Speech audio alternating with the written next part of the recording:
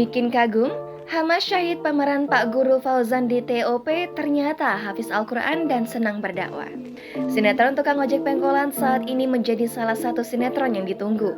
Selain alur ceritanya yang kerap menimbulkan senyum, aksi para pemainnya pun bikin kangen. Tak hanya itu, pemerannya beragam hingga kerap muncul tokoh baru, seperti 1 bulan ini hadir tokoh baru.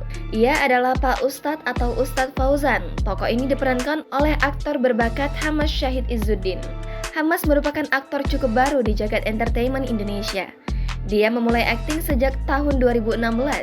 Beberapa film dan sinetron yang ia bintangi masih bisa dihitung jari. Salah satu yang paling tenar adalah film Ketika Mas Gagah Pergi The Movie yang tayang pada 2016, produksi Cinema Art dan Indo Broadcast.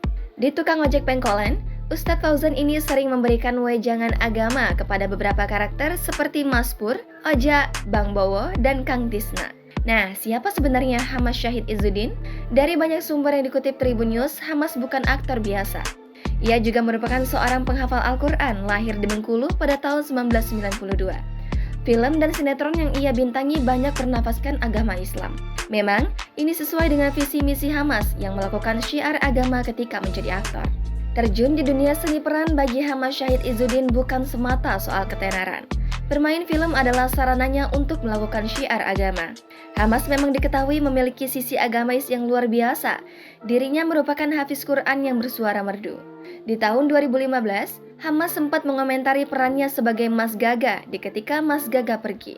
Menurutnya, dia memilih untuk jadi sosok Mas Gagah karena perannya bisa digunakan sebagai syiar Islam.